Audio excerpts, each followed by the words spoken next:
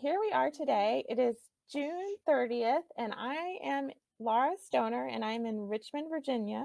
And I'm talking to Paul Kurz, who is you're in Canyon Lake, Texas. Canyon Lake. Canyon Lake, Texas. And we're here to talk about your military service and your time in Vietnam. So I'm going to start by asking you your full name. My full name is Paul Anthony Kurz, and the last name is spelled Curs. Okay. And where were you born? Miami, Florida. Okay. And then what were your parents' names? My dad was Luther Scott Kurz, and my mother Elizabeth Booton Kurz. That's Booton, Booton Kurz. Thank you. Mm-hmm. And then what did your father do for a living, or both of your parents if they were employed? Well, my father graduated from Colorado A&M, which is now Colorado State, with a degree in electrical engineering in 1938, and he got involved in the early airline industry, Pan American Airlines, as a radio electronics engineer for them. And then when the World War II started, he was called to active duty. And he requested to go be a pilot in the Air Corps, Army Air Corps. And they initially approved that, and then they realized he had an electrical engineering degree, so they canceled his flight school orders, and he became a signal corps officer and was over in their Iran area for 3 years, helping the Lend-Lease program, getting some, military aid to the Russians, Soviets, through the Middle East. And then after the war, he was working for Pan Am when the war started. He was a radio operator on the amphibians out of Key Biscayne Beach, Miami, Florida area. After the war, he came back to Pan Am and was a radio engineer for them. And that's where he met my mother, who was a secretary in the area. And then they eventually got married and raised me and my sister, who's 6 years younger than me. I'm 75 at the moment. And we grew up as kids in Miami, Florida. And my dad eventually, he was in the Army Reserve, retired as a full colonel in 1967 at the Pentagon. And I retired in 1999 as a full colonel at the Pentagon. Oh, So, full circle moment there. yeah, when I got promoted to full colonel, my mother pinned on his eagles on my shoulders. So Oh, that was a poignant moment. He was gone by then, so he wasn't here to see it. But I had a good life as a kid in Miami, Florida. We played outside a lot. I played a lot of baseball and a lot of tennis. And it turned out that those were really good sports to develop your hand-eye coordination for being a pilot. hmm. So, and my dad took me up in a little teeny Cessna. One day, we were putting along over Miami, Florida. It was a tail dragger, little teeny slow airplane, and I was just enamored with the view from up there, the little cars and the little houses and the little people that were down there. We were up at about 2,000 feet, I guess. And I yelled up to my dad and said, "Hey, Dad, can you do this for a job?"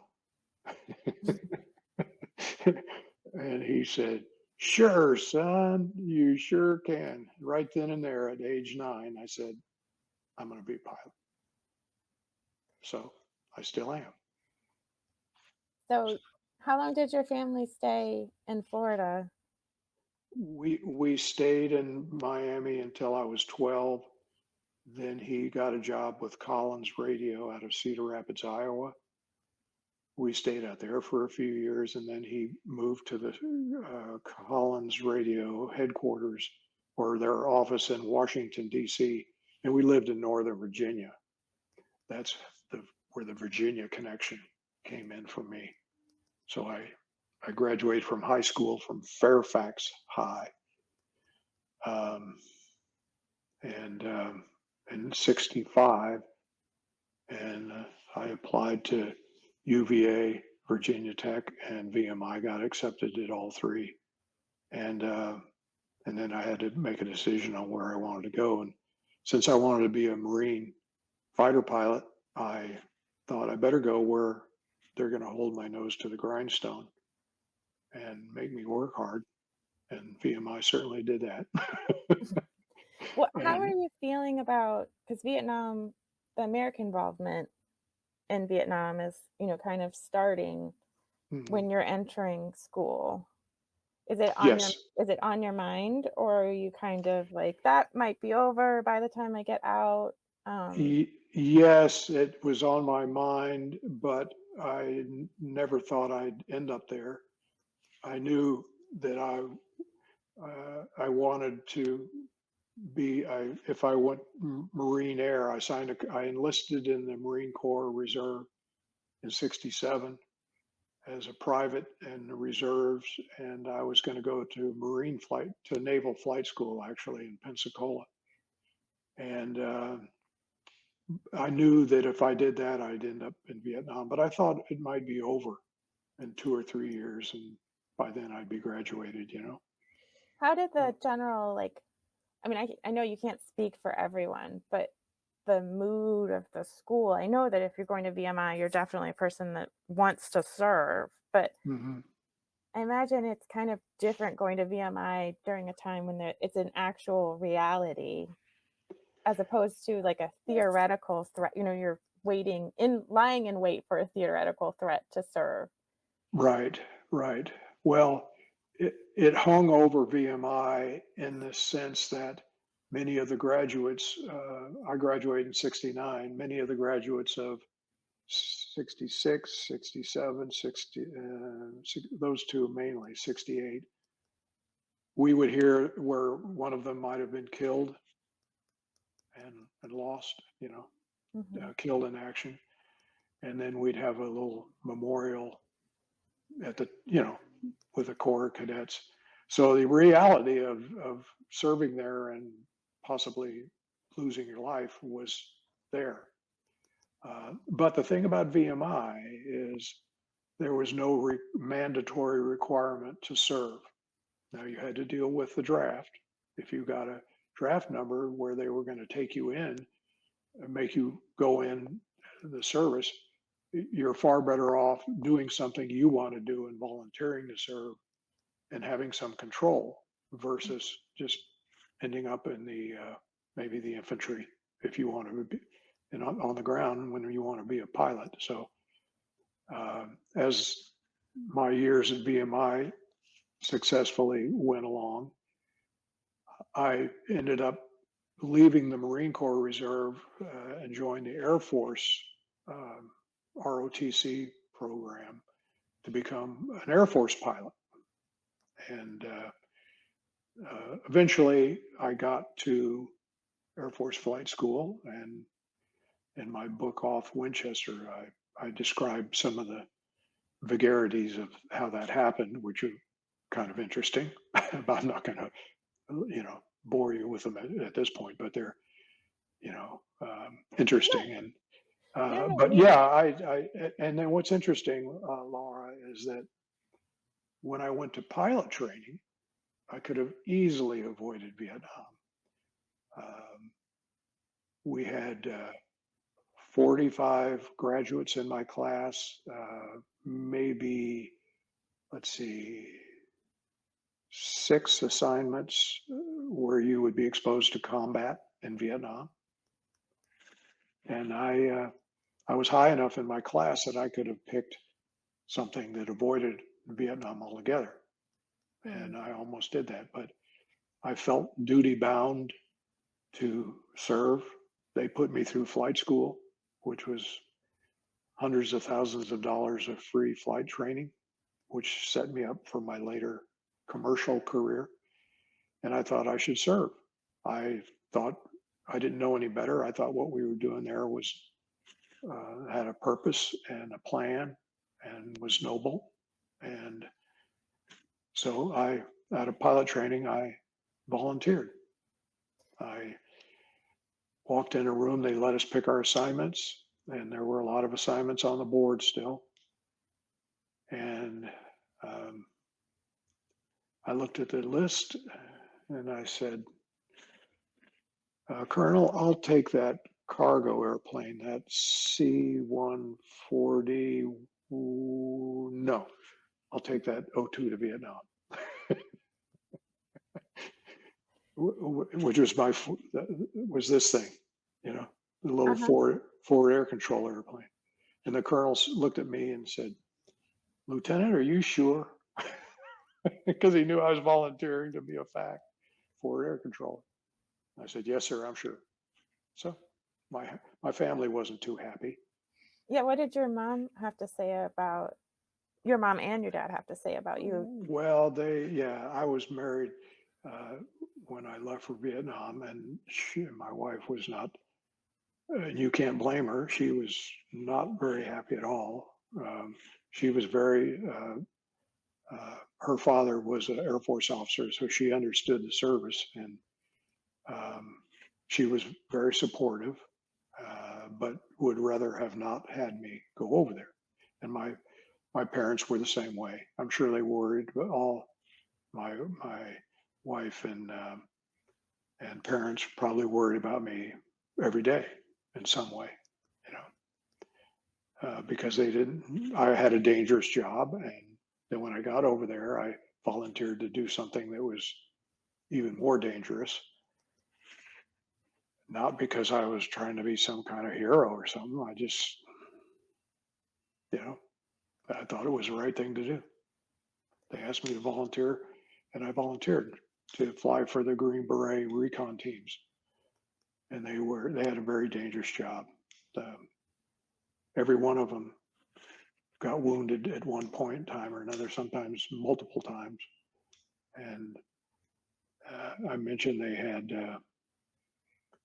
more medals for valor and gallantry than any other Army unit of the same size because they were operating behind enemy lines in Laos, which was where the enemy controlled everything. And my job was to fly cover for them in my little airplane. And if they got in trouble, I controlled airstrikes all around them. But my family, I'm sure, was worried about me the entire time. And I don't blame them. I mean, would I have done it that way if I knew as much about life then as I do now? I don't know. That's it, but young men, I think that's why they send them to war because they can. That that's right. That's right. Yeah. When we came back from Vietnam, uh, you know, we just tried to slip back into society. And if you're in one of those situations, a war zone, but be it Iraq or Afghanistan or wherever, you see and hear and do things maybe that you question later in your life.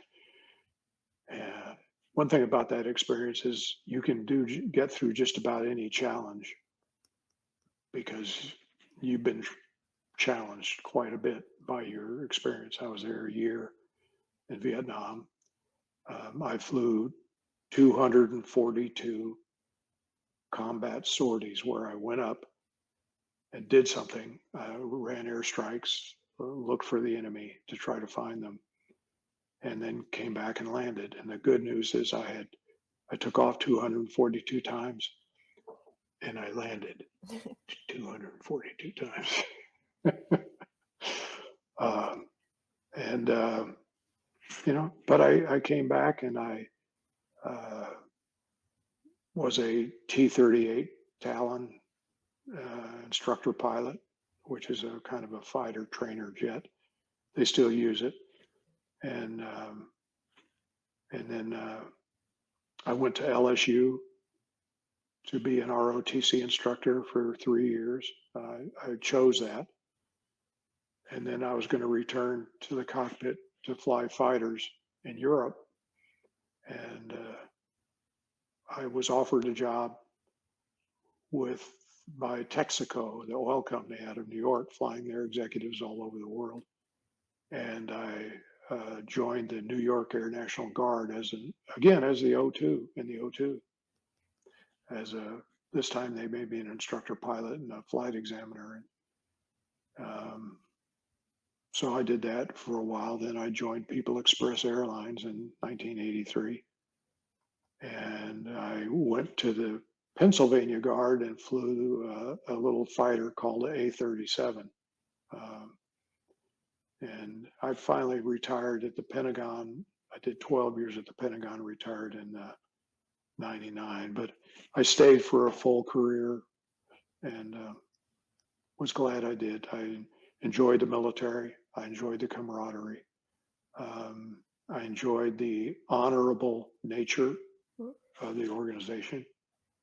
Um, when you are, especially in combat, when other people's lives may depend on your initiative and your forthrightness and your integrity, those are values that you do your level best to carry through your whole life. Hmm. Well, so you were, so what branches, or okay, your total service was 69 But to 99, so 30 yes, years? yes, yes.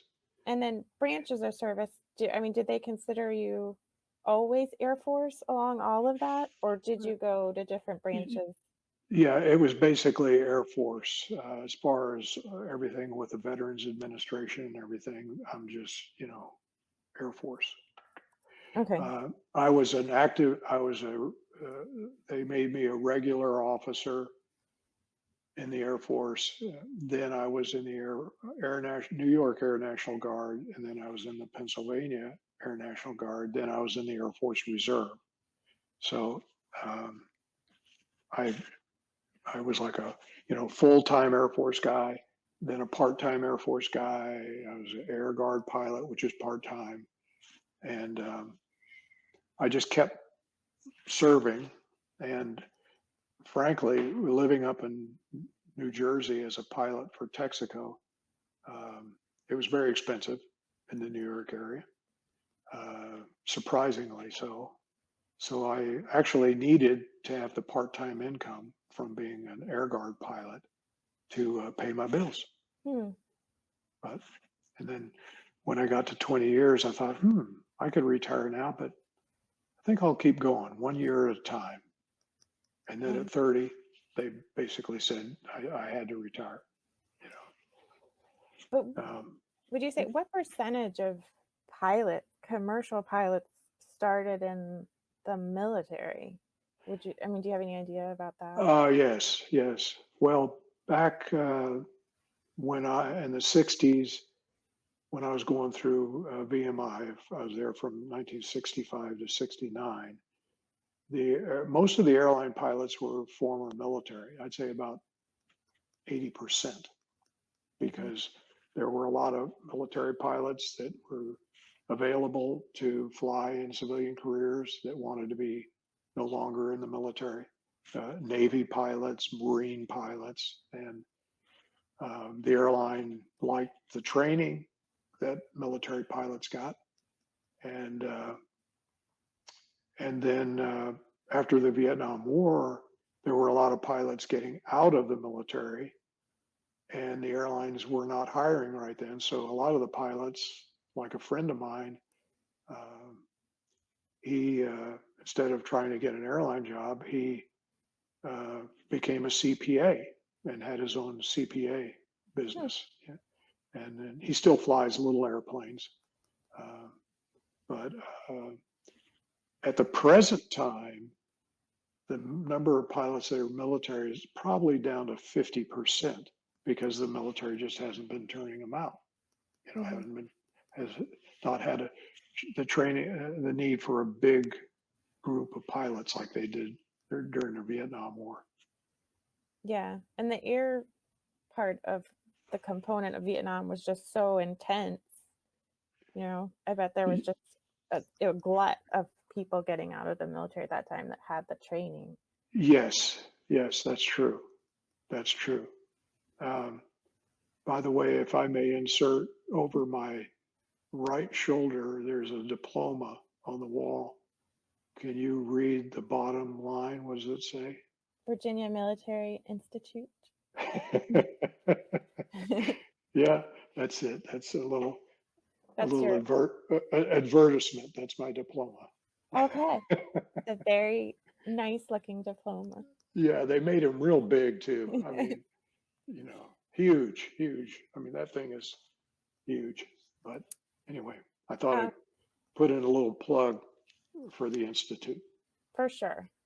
So, okay, so you graduate in 69 and then you go straight to training. Right. And then I want to know how you felt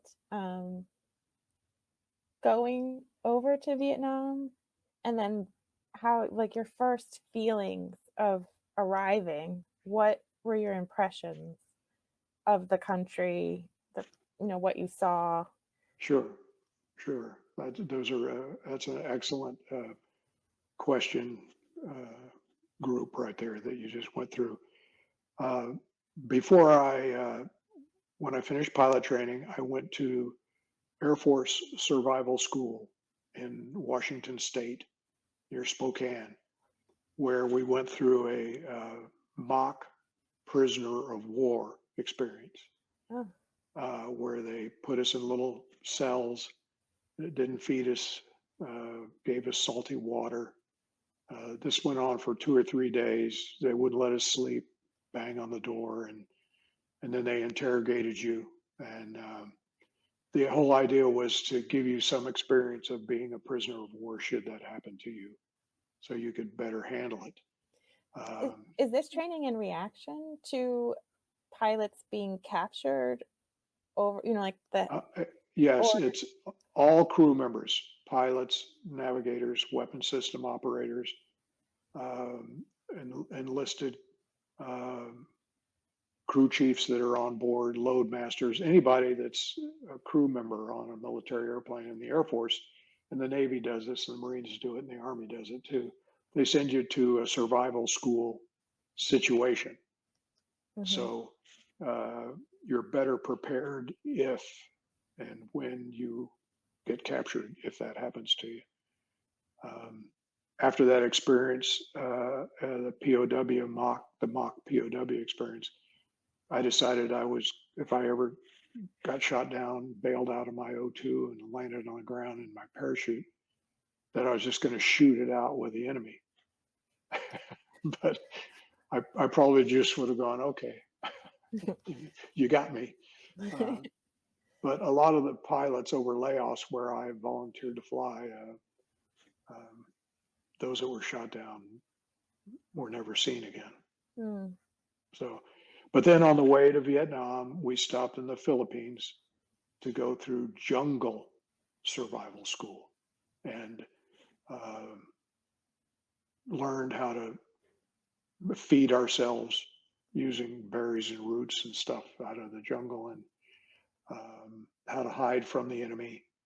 And in my book, I have some stories about that. And then I got my orders to arrive in Vietnam, and I flew over there. We left Clark Air Force Base, Air Base in the Philippines at about 2 in the morning, and got to Vietnam, Cam Ranh Bay, on the coast of Vietnam at about 4 o'clock in the morning. And uh, I was with a buddy, Doug DeGrode, who I'm still in touch with. He lives about an hour and a half away.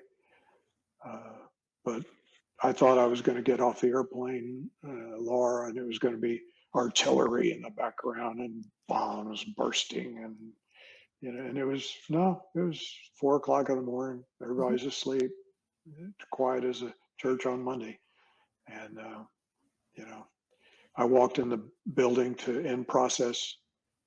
Two Army troopers were leaning against the barracks, smoking pot. I didn't know what pot was, Mm. but they one of them elbowed the other, and they didn't. I was a lieutenant, so I was an officer, and they're supposed to salute an officer if they see one. But these guys were just sitting down; they weren't about to get up, and I figured out real quick that it was not going to be real cool if I said, "Gentlemen, get up and salute me. Mhm. I'm an officer."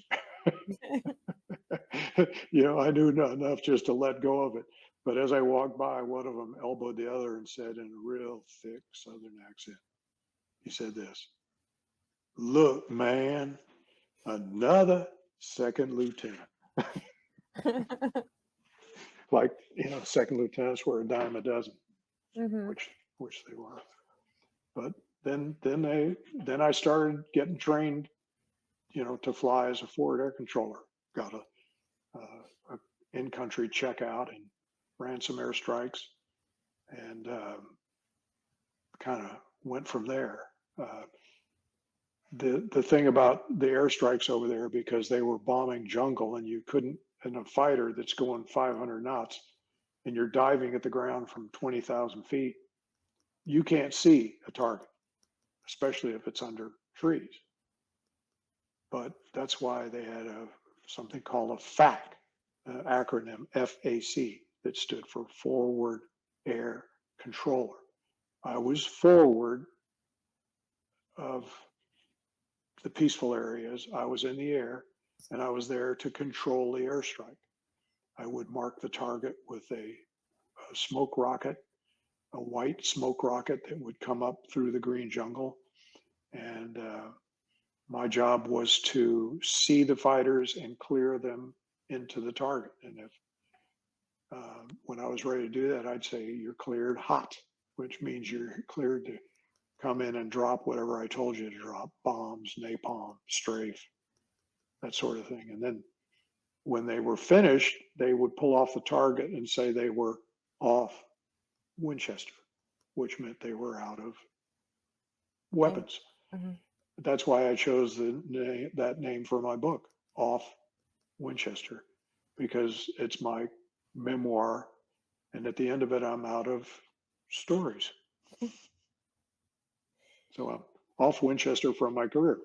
But um, uh, it was being a forward air controller, especially over layoffs, was very challenging Mhm. because the enemy control layoffs. So we were behind enemy lines, as they say in the war movies. We were deep in enemy controlled territory, and my first 6 months, I helped try to find trucks bringing down supplies at night, and we tried to destroy them using fighter aircraft.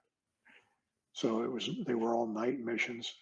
And then this last 6 months, they asked me to do this, and I volunteered to fly for a top secret organization, which you can see a lot about on YouTube, called MACV-SOG, or SOG, which is an Army Green Beret unit and it stood for Studies and Observations Group, which is kind of an innocuous title.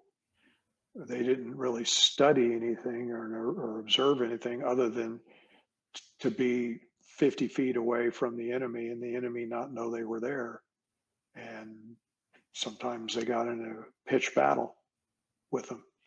And if they did, my job was to bring in fighter aircraft to bomb and strafe around them and get helicopters in their Army helicopters, which those guys were extremely brave people, extremely brave, gallant.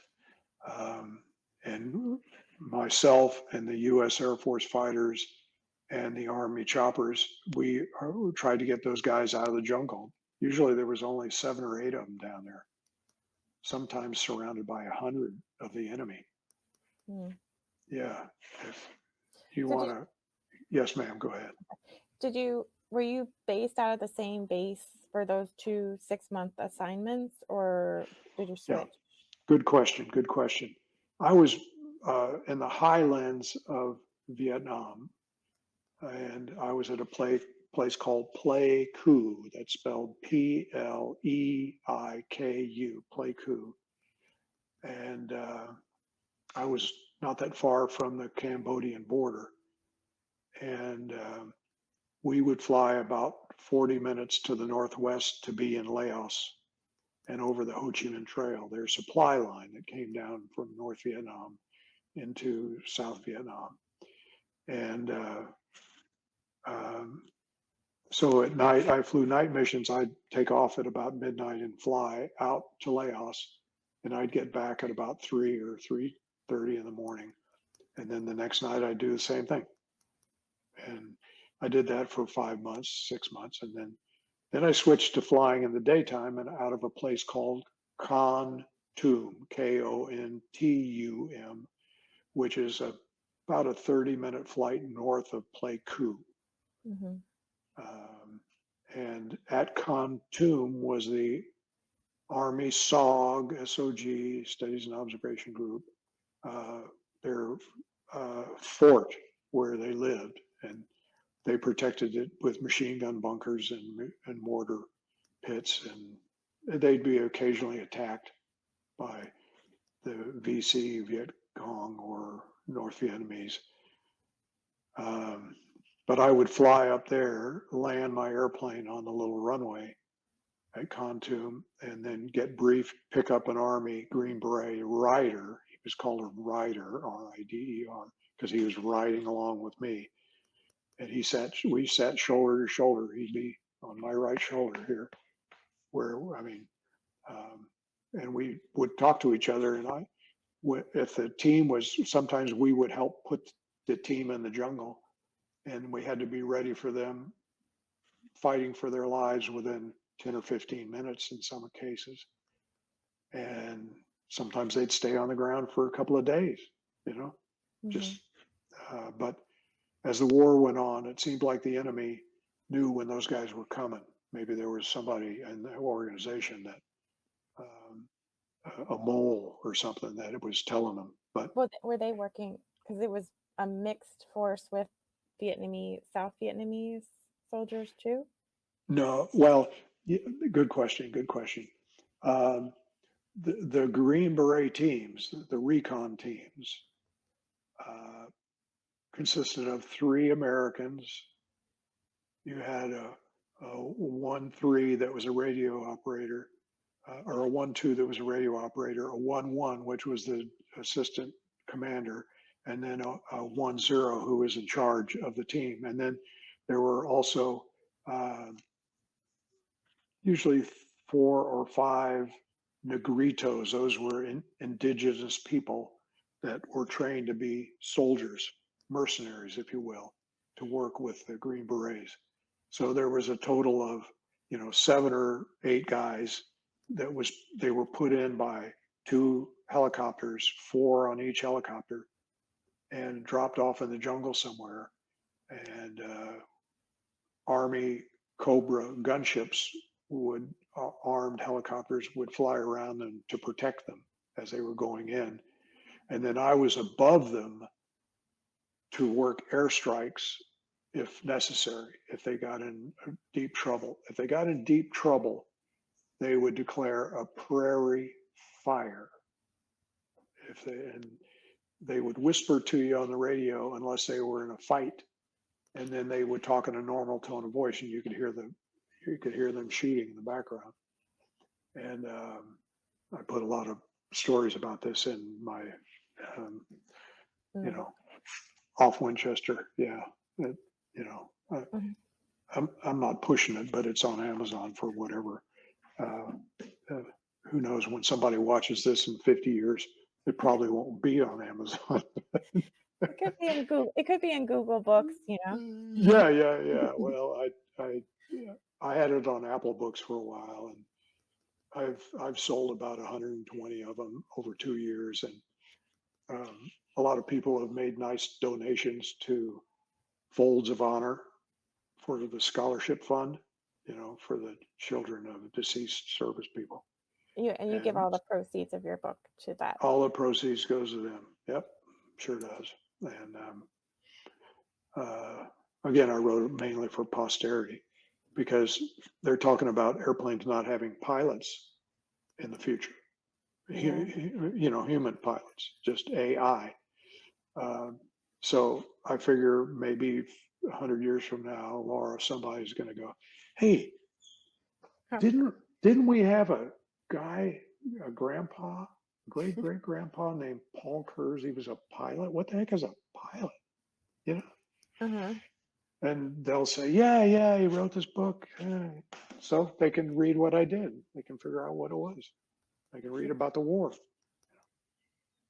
So how was your daily life, like your Mhm. life outside of your flight missions on the first base versus being in the um fort of the Green Right, Berets? right. How did the Well, my main base at Pleiku, we had a row of barracks, low one level structures. We called them hooches. The term was hooch. Mhm. Your room was your hooch, and it had a twin bed in it and a desk and a refrigerator. I mean, Air Force guys did. It wasn't like the Army where they were dodging bullets in a foxhole most of the time. But when I wasn't flying a mission, I would come back, have a couple of beers to kind of unwind. When you've been shot at, you get back and you kind of go, I think I'll have a beer. You gotta take the edge off. Take the edge off, yeah.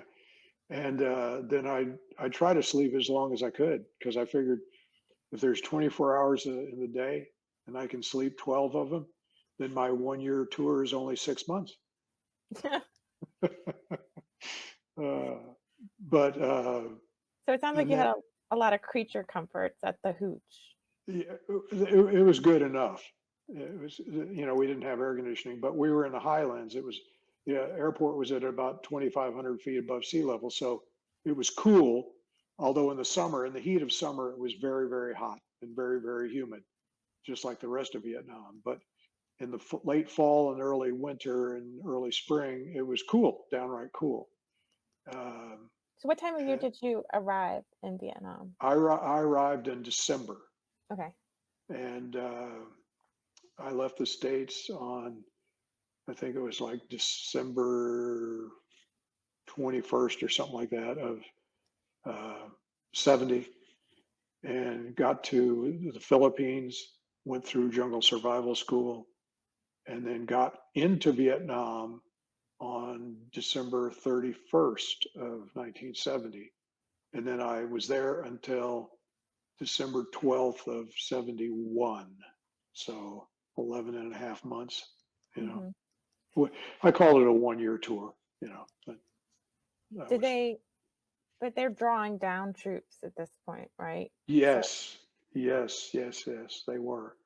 Um, Let me add, and then that's a good question. I want to answer that.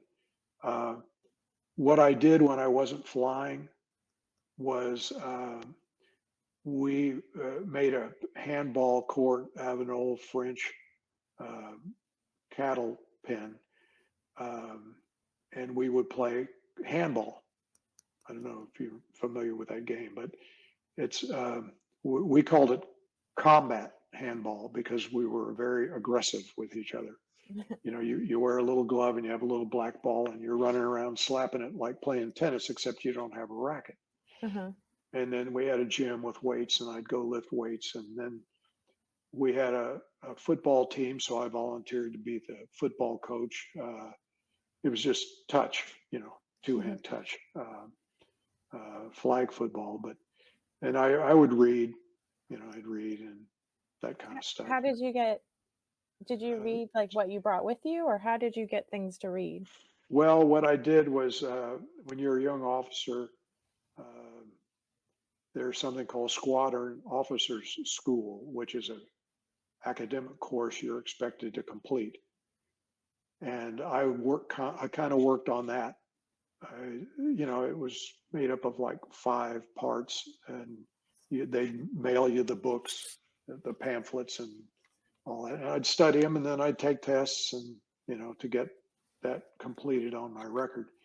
And we had a library, kind of a funky library, Hmm.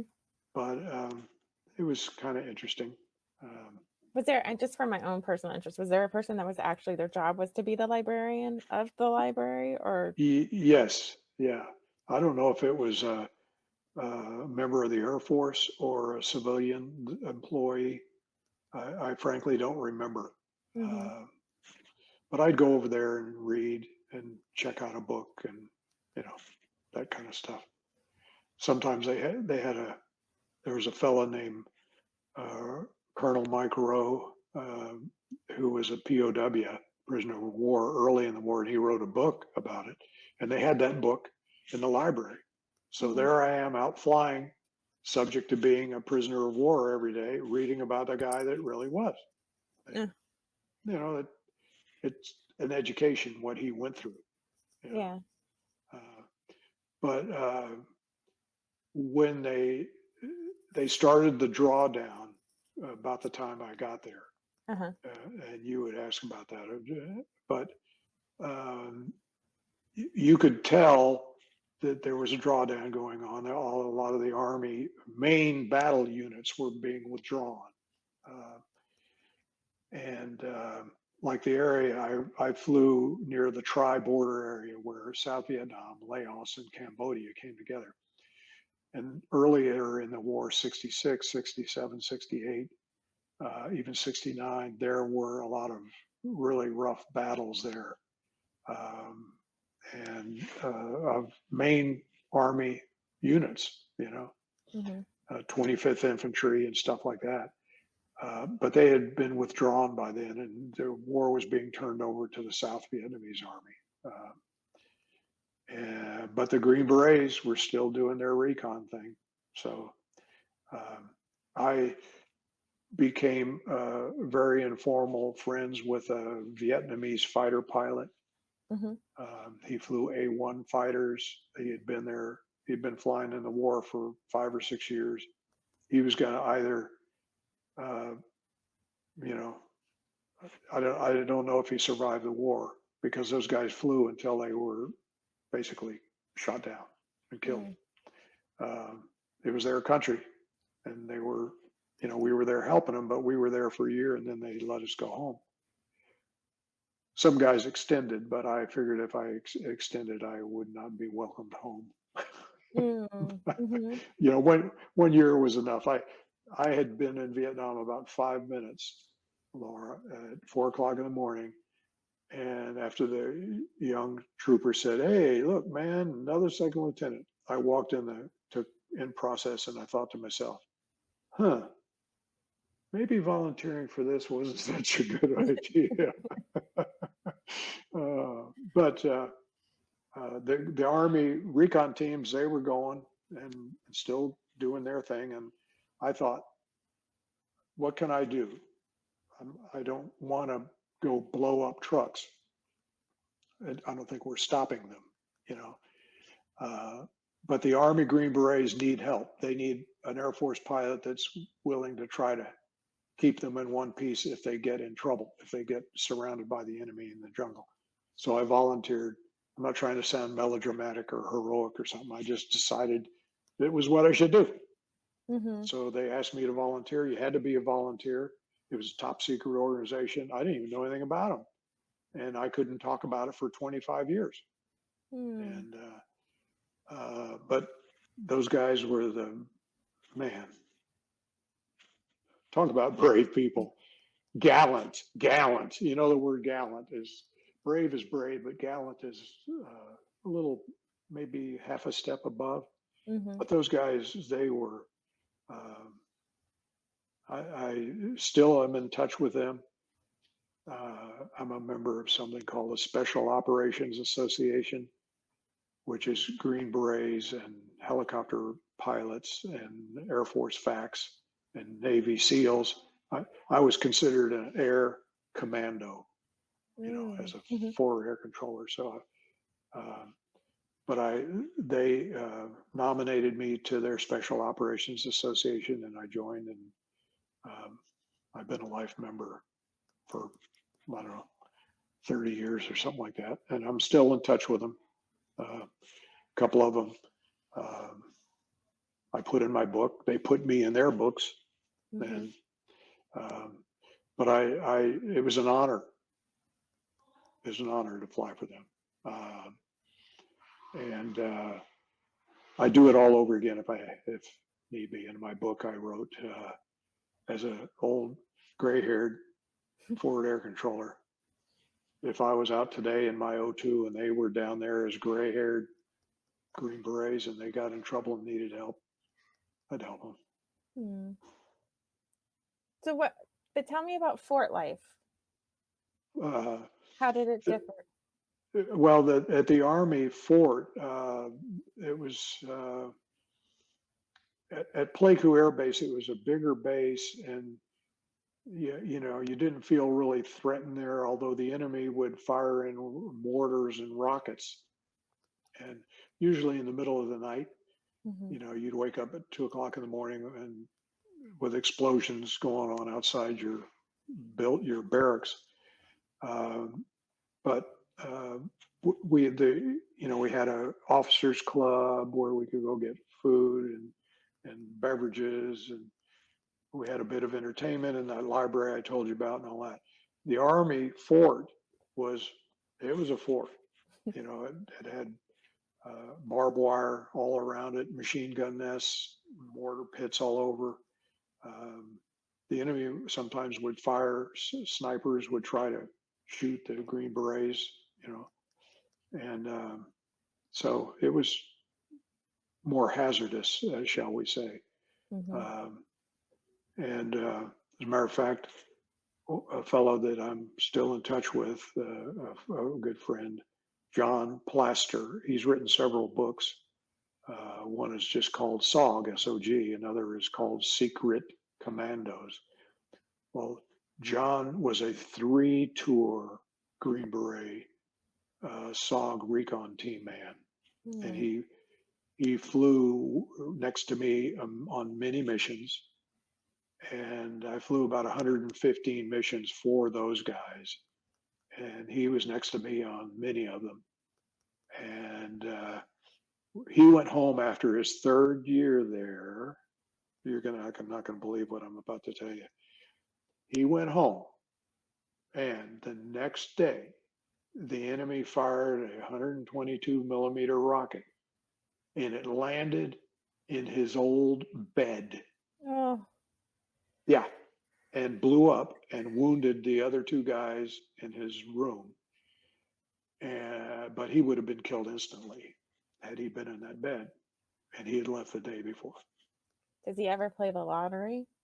Sounds like he has, great odds on his side. Yeah. Well, he wrote a book called The Ultimate Sniper, and he's a world renowned sniper expert, advisor, to different militaries and all that. He's kind of retired now, of course, because he's in his mid 70s, but um, his call sign, everybody had a call sign over there. His was Plastic Man. Because it And bounces off of him. pardon me? Things bounce off of him. Yeah, yeah, I guess. Uh, but I still, think of him as Plastic Man. And What was your call sign? well, my fighter call sign was Buzz, B-U-Z. Um, and the squadron, that was kind of partly because I was always out looking for a target, kind of Mm. like a buzzard. I was always circling, right? And when I was a kid, when I was a little boy, my uh, little family nickname was Buzz, and so Oh. it was perfect that would transition over to, um, when I flew A-37s, my squadron mug said Buzz on it. You know, Oh. yeah. But um, anyway, in the military, everybody's got a call sign, and Plastic Man was one of them, and we had another guy I flew with. His call sign was Round Eye, and another guy I flew with. His call sign was Six Pack. uh, they uh, they fought hard and they partied hard. Yeah. I'm And sure that stress had to be intense and there had to be a way to relieve all of that tension and yeah, uh, yeah, yeah, worry and, you know, yeah. the Well, experience.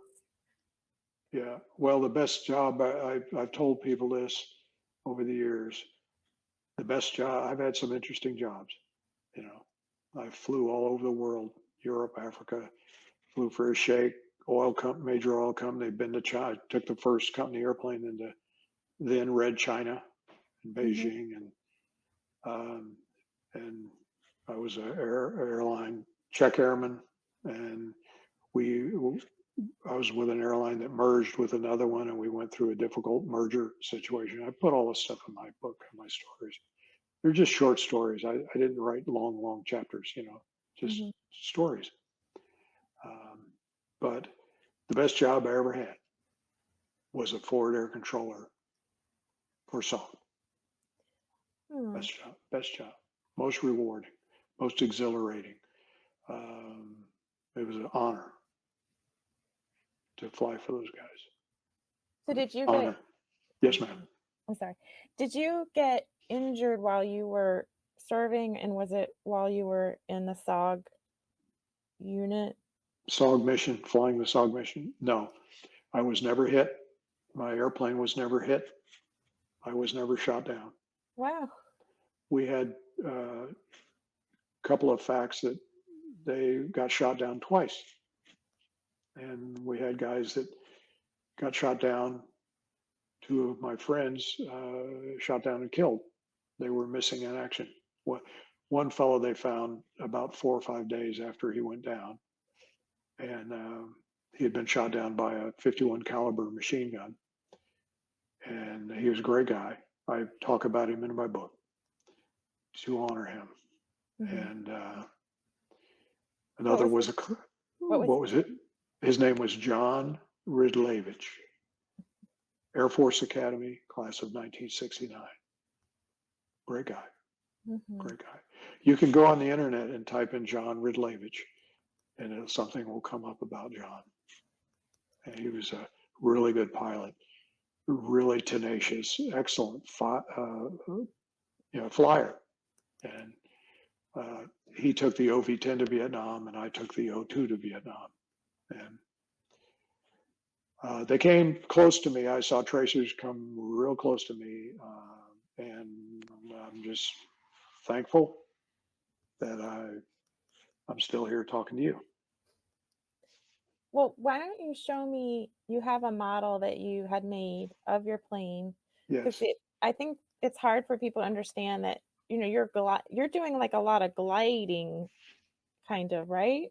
Like, it's not. Well, what I would do is I'd be around the target area like this most of the time in a turn, Mhm. and I'm looking at the ground, and then when it was time to mark the target, uh, I would tell the guys I was going to come in to mark, and I would pull up the airplane nose like this, and then roll in on the target, and arm up one of my rockets here on the wing, Mhm.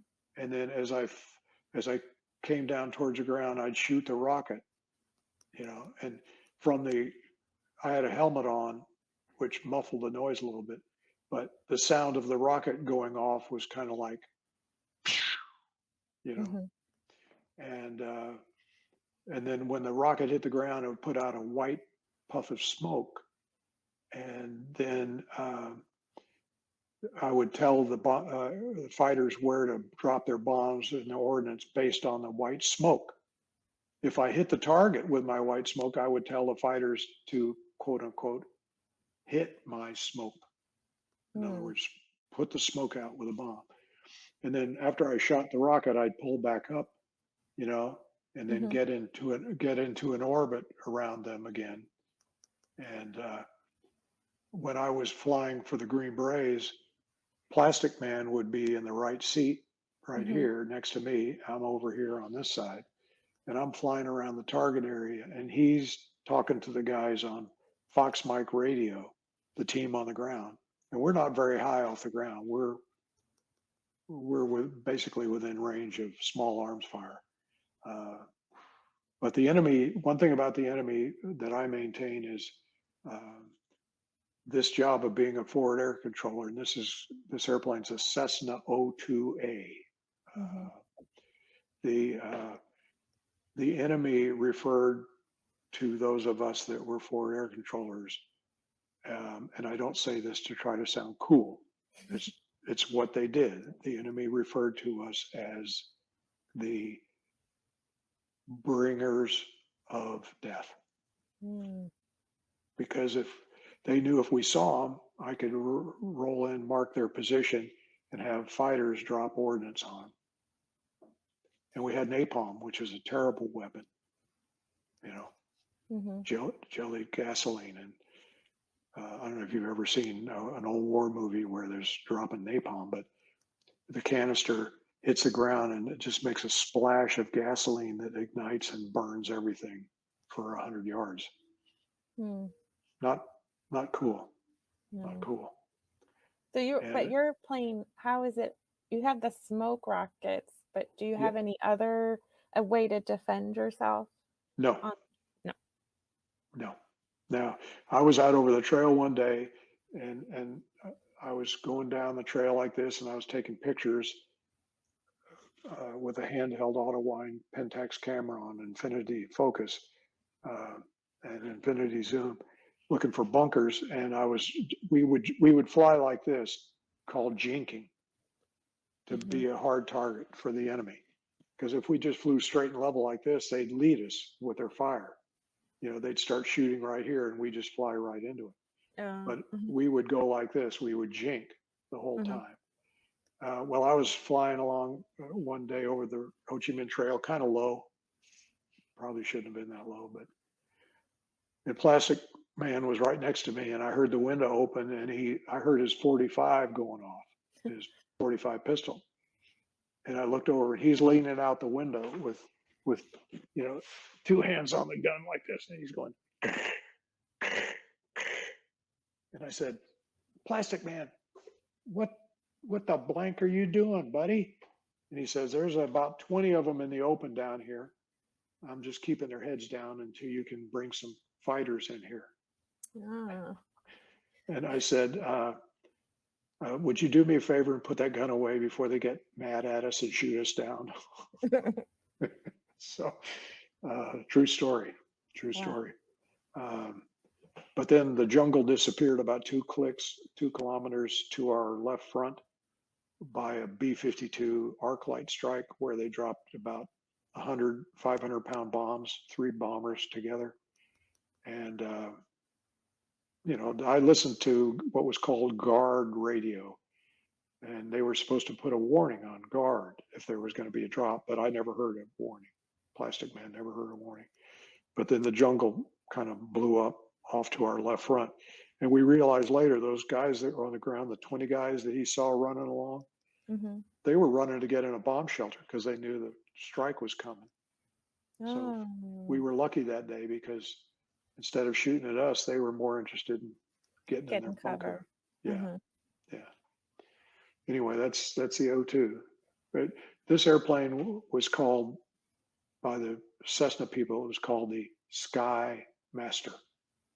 It had a front engine and a back engine. So it was push and pull. It had no ejection seats, no armor. The seat was kind of an armored seat Mhm. for about maybe 4 inches on each side. I don't know what that good that was going to do. It was slow. Like I said, it had no ejection seats. If you wanted to get out of there, you had to eject the door. There was only a door on the right side, and then get your straps off yourself, and then dive out.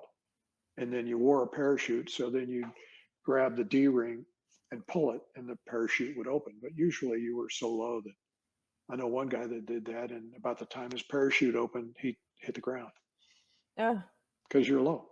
You're yeah. low, and So I'm was that not a trying. Go ahead. Is that considered safer, or was that considered not as safe because you just could not use a chute It's not. It was easily? not as safe. It was not as this. The chute was.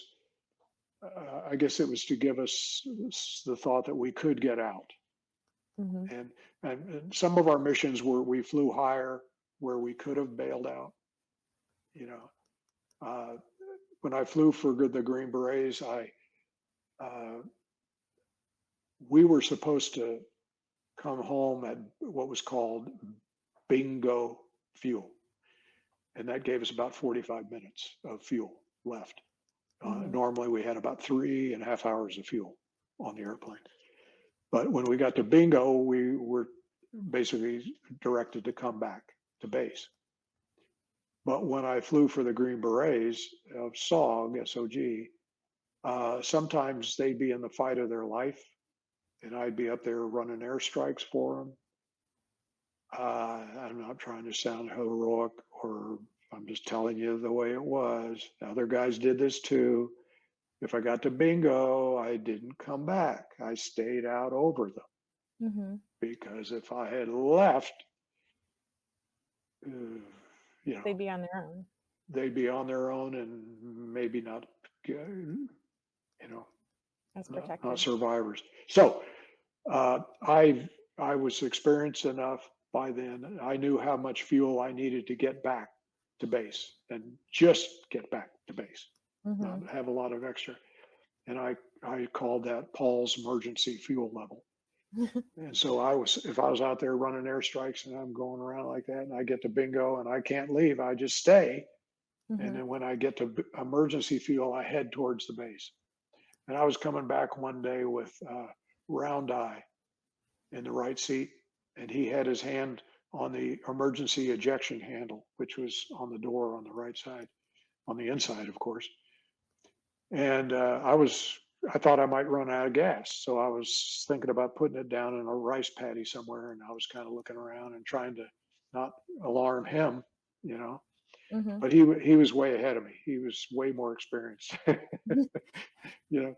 And he said, I said to him, I said, Round Eye, why is your hand on the the door jettison handle?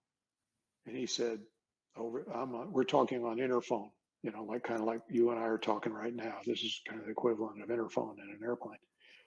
But he said, Lieutenant, the first engine that starts sputtering, because it's running out of gas. He says, the first engine that starts sputtering, I'm out of here, which meant he was going to jettison the door and then bail out because Mhm. he was a Army master parachutist. Um, but we made it back to Khartoum okay. Didn't have a lot of gas, but we You made it made it. back. Yeah. We made it. Yeah, that happened to me twice. Um, where I went to emergency fuel.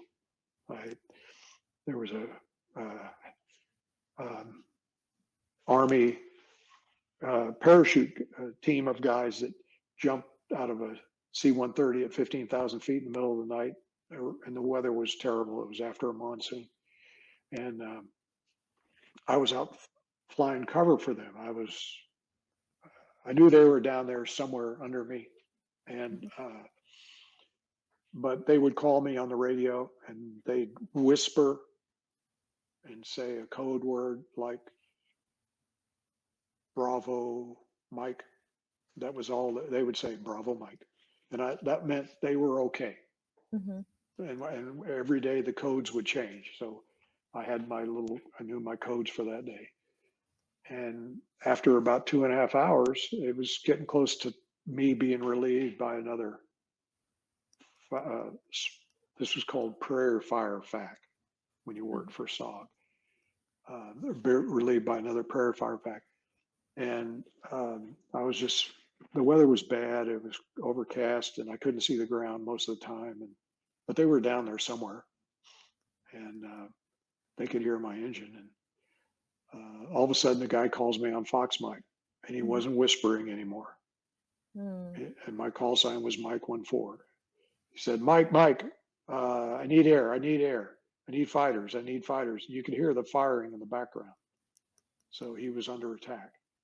Um, and I didn't know where he was. He's down underneath me. And so I said, "Can you hear my engines?" And he said, "Yes." And I said, "Where am I?" "To you." And he said, "You're to my west." I said, "Okay, I'm coming east. And you tell me when it sounds like I'm overhead." And he said, "Roger." And of course, he's still shooting, right? Mhm. And so I'm getting near bingo fuel, and I'm thinking, I'm not going back. I don't need 45 minutes of fuel. Yeah. I'll use my bingo fuel. So I flew to the east for, I don't know, 7, 8, 9 minutes. And finally he said, Mike, sounds like you're overhead. And he says, "I need fighters." I said, "I can't work fighters. They can't see the ground." I said, "I'm all you got. I'm going to find you." So I'm coming down. So I started spiraling down through the weather. Um, I was very experienced by then, Laura. I wasn't worried. The airplane felt like a second skin at that point. Mhm. Um, and I was their lifeguard that day, and they were in the pool, the drowning man in the pool, and it was time to jump off the stand and help him. Mhm. So I spiraled down through the weather, and I broke out of the clouds really low, 500 feet. That's not very high for Mhm. an airplane. And when you're on short final about to land somewhere in an airliner and you look out and you're getting close to touching down, that's about 500 feet. Mhm. But uh, I broke out of the clouds and there was a bomb crater, and in the bomb crater was an orange panel, about 4 feet square, bright international orange. And I said to him over the Fox mic, and every time he transmitted, I could hear gunfire. I said, "Are you in a bomb crater?" And he says, "Yeah, yeah, that's me. That's me. Give me some TAC air." I said, "Negative on the TAC air." He kept forgetting that I couldn't work TAC air because it was bad weather. I said, "But I'm going to give you what I got." I said, "Where are the bad guys?" He said, "All around me in the tree line." And the bomb had blown trees down all around where the crater was, and he was in the crater. And I said, "Okay, I'm going to come in with my rockets." So I started shooting my smoke rockets at the enemy.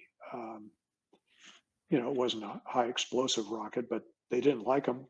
Mhm. Uh, White phosphorus puts out a cloud of particles that it can light clothing on fire. You know, the Mhm. enemy didn't like getting shot at. Period. Yeah. Okay, whether it was getting bombed or napalmed or strafed or uh, smoke rocketed. So to buy time, I had declared a prairie fire, and the guys they were going to relieve me had gone back to get a M16 to shoot out the window at the enemy. And so I shot my 14 rockets. I shot about four of them, and I asked the guy in the radio. I said, "How am I doing?" And he said, "Oh, let me mention that as I rolled in for that first time, you Mhm. know, to dive in and shoot that rocket, I got to right about here as I was going in, and I thought, this is wild." I remember distinctly thinking, this is wild. Uh, but I said, "How am I doing?" Because the bomb craters like that, I'm shooting a rocket here and then over here and then over there and then over here. Try to keep the enemy off him in the crater. And he said, "You're doing great. You're doing great. Keep it coming. Keep it coming." So I shot my 14 rockets, um, trying to buy time for the other guys coming in to replace me. And finally, I was down to emergency fuel, and I said, I forgot what his call sign was that day. It was all coded. Mhm. It may have been like Tango Uniform or something like that. But I said, "Tango Uniform, Mike, I got to leave. Got to leave. Out of gas. Out of gas. My replacement will be here in just a couple of minutes. Keep, stay down. Uh, Good luck," or whatever. And I started back, and as I was going back to play coup, as this was about 400 or 500 feet above the ground, under the weather, the other guys came. They came by, and we passed each other. And as I went by, I rocked my wings, where I was saying to him, "They're yours. And then he rocked his wings back at me saying, I got him. He was saying, I got him. So we went by each other, kind of going like that. And then they got the guys out of there and no Mm. casualties, no casualties. And um, I got to back to play coup. I was on fumes. I just had a few gallons left. And then I went to the Green Beret base the next day, Laura, and because I was going out to help them again, Yeah. somewhere else. And I was eating breakfast, and they had a chow line there, and they treated us Air Force facts like we were, part of them, you Mhm. know. And uh, the uh, a guy tapped me on the shoulder, and he said, "Were you Mike 14 yesterday?" And I said, "Yeah, that was me." And he said, and I didn't think anything of it. He just said, I just said, "Yeah, that was me." And he stuck out his hand to shake my hand, and he said, "I was a guy in the bomb crater Oh. yesterday. Thanks for saving my life." Oh. Yeah, and uh, I don't say that to sound cool or heroic or whatever. It's just the truth. It's just what happened, you know. Yeah. And that's why I have the utmost respect for those guys. Always will. And um, the uh, a guy wrote a book uh, many years ago about this called Apollo's Warriors, and uh, he said that the guys that were prairie fire volunteers, like me and the other Mhm. guys that were in my unit, he said that if they put out an ad for us, um, that the ad would read the following. May I read this? Mhm. Okay.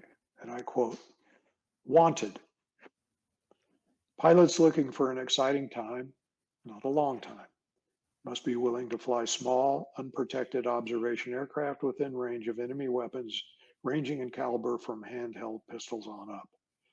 Must not worry unduly that in the event of your untimely death, no one, including your family, will know where you were or what you were doing. Courage and reflexes valued much more highly than long term goal planning skills. Good death benefits, all you can eat mess hall, pay could be better." And then Colonel Haas goes on to write, quote, and I quote here, "Fortunately, SOG was never put in the position of having to play such an ad. Unfortunately for the North Vietnamese Army and Viet Cong, the Air Force somehow managed to find the odd character that actually thought this type of flying and fighting was just his ticket. Mhm. Other airmen might face even more personal danger. Others still have more firepower at their fingertips, but no one in the war ever combined firsthand danger with the authority to call in a massive violent response than did the facts. The North Vietnamese called them the bringers of death." So, Mhm.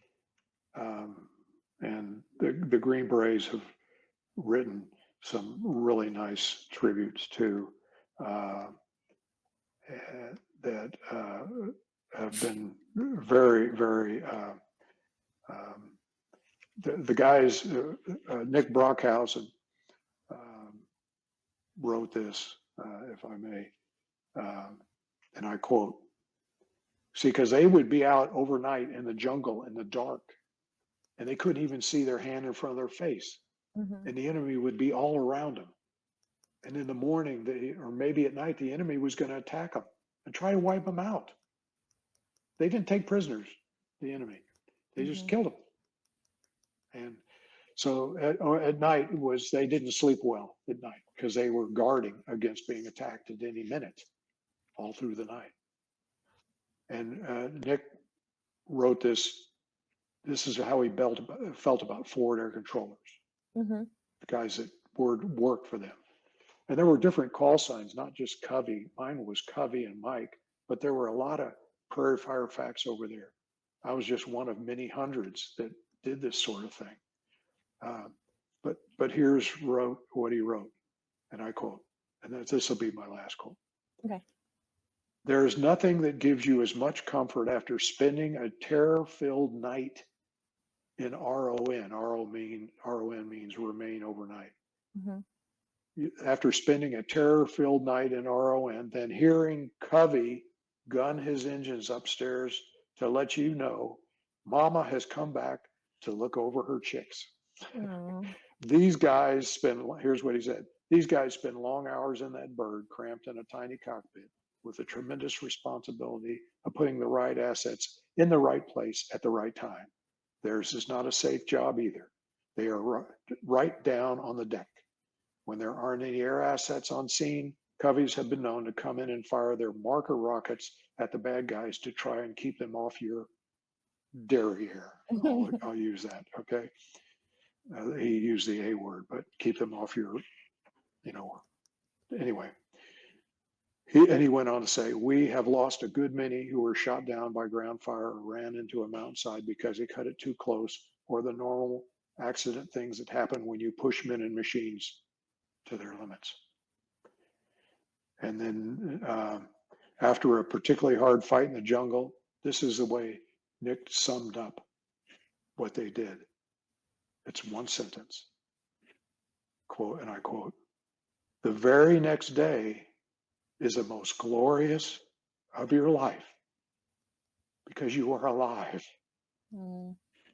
That's how dangerous their job was. I mean, these guys were just unbelievable. But, it was an honor to fly for them. That's, and, some of this fruit salad was for helping them. So tell me about the awards that are in your shadow box that you received for your service. Oh, okay. Let me, let's see if I can get my, always the top left is your highest award. Hmm.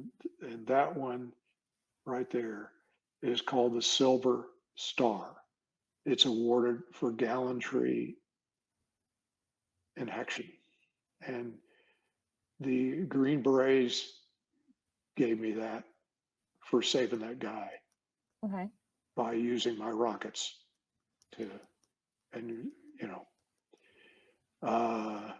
that's the Legion of Merit I got when I retired at the Pentagon. Hmm. Um, then the Distinguished Flying Cross. I got that for blowing up an enemy truck park out at night out over Laos, and it was for heroism. So there's you get a V for valor on there, and that's meritorious service medal. Two of those, Hmm. the air medal, nine of those for my combat sorties in Vietnam. The Air Force Commendation Medal for my tour as a T-38 instructor pilot, Air Force Achievement Medal as an Air National Guard plans officer and pilot, 2 presidential unit citations for gallantry, unit gallantry, one as the 20th Tactical Air Support Squadron, and also for MACV-SOG. And these are just administrative awards, top unit awards, combat readiness. There's national defense. Hmm. The stars for service during a desert shield back in Hmm. the early 1990s. Vietnam service ribbon with 3 campaign stars. Um, Outstanding civilian volunteer. Overseas medal, 30 years in the Air Force Reserve, campaign medal, pistol expert and rifle expert, Mhm. training, Vietnamese unit gallantry cross, um, Vietnam Service Medal given by the Republic of Vietnam. That's the New York Air Guard, um, long and faithful service, and that's the New York Air Guard um, um, exercise ribbon, where we went out and we were forward air controllers for um, some Army unit, armor tank unit. Um, but you stay for 30 years, these things kind of accumulate, Uh, you know. And this is I was a command pilot, Uh-huh. and then I was a full colonel, which is this, Uh-huh. and that U.S. was on my collar and my uniform, and this was on my hat, which meant I was an officer, and of course that was on my uniform. And let's see, when I retired, I think I have another photo I can show you, which um, yes, it's right here. I have a lot of pictures in my book, and okay, here we go. Here's the kid when I Oh, retired. uh-huh. See, Yep. there's a little more hair, and it's not gray yet. You still look like you got a lot of life in you there. Oh yeah, I did. Yeah, yeah, yeah, yeah. Um, but I was proud to have served, and I realized Vietnam is the one we lost. We lost, you know, but we trusted leadership. We trusted uh, whoever the president was. Um, you know, uh, and the sad part is every year on March 29th is Vietnam Veterans Day, Mhm. and I never see anything about it in the news. It's never on websites. It's never in newspapers. It's never on the news in the evening. Um, you know, that's just the way it goes. Well, how do you like to remember or do things to remember the veterans and the people who were lost in the Vietnam War? Well, uh, I remember the guys like John Relevich and John Kennedy. We call him Jack. The two fellows that I knew were lost in Vietnam. But in my military flying, there were 17 pilots who died in service. The others were not in combat; they were in peacetime flying. Mhm. But flying military airplanes is you go fast, and it's quite a rush, and you go high, and but it's dangerous too, you know. And Mhm. I remember those guys on Memorial Day. Memorial Day is a really special day to me because I think of them. I Yeah. think of them. And back at VMI, four of my classmates uh, were killed in action in Vietnam. And in the library, we have a wall, which is the class of 1969 memorial wall. And there are beautiful paintings of these guys. And, um, we had our 50th reunion 4 years ago. We're coming up on our 55th. And I may go back. You know, I'll see. But I wish that we veterans had a month during the year instead of just one day. Mhm. You know, especially since we have an all volunteer force. Yeah. I mean, you've got to be willing to go in harm's way, and military training can be very dangerous because these guys and gals, and ladies, they practice for combat like almost like it's a real thing. Mhm. And one of my good friends from VMI, Mike McCrory, class of '69, after the war, he was a Vietnam veteran, but after the war, he was flying helicopters. And this was in peacetime. And he was in North Carolina somewhere in the mountains on an exercise. And the weather was bad, and they needed a volunteer. They asked for a volunteer to go fly his helicopter out and see if they could get into the area they were going to have simulate an attack on. And he volunteered to Mm. go out there. And you know Mhm. where I'm going with this story. But he ran into a mountain, was Mm. killed instantly, and his now grown son Alan is the Attorney General of the state of South Carolina. Mhm. How about Mm. that? Yeah. Yeah, and I was in touch with his mother. Several of us were from the class of '69.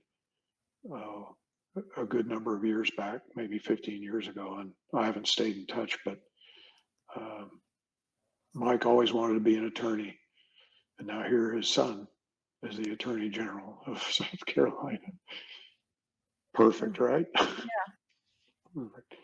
Yeah. Um, Have you ever been to the Vietnam War Memorial in DC? yes, I have. Yes, I have. Yes, I have. I have a story in here about that. The first time I went there, thank you for that question. That's a really good question. Um, the first time I went there, I had my boys who are all, grown men now, but I had three. I have now four grown men, but they were three little guys, three. The fourth wasn't there yet, but I was there and I went to see the memorial the first time. I'd never seen it before. And if you get a chance to go, you should go to it so you can identify with people like me and other veterans. Uh, Everybody from your museum should go there. Mhm. You know? But because the thing is designed where you walk down to, it's like an upside down V, you walk down to the bottom. Um, my boys, when they saw that slope going down, they just started running like little boys do that are, Mhm. you know, Excited. four and 6 years old. Mhm. And I immediately said, boys, you can't do that here. You can't do that here. Because it felt like a church Mhm. to me. It felt like a place where you had to be respectful. Because if you stand there and look at 58,000 plus names on those wall panels, you can't help but come away moved, you know. Mhm.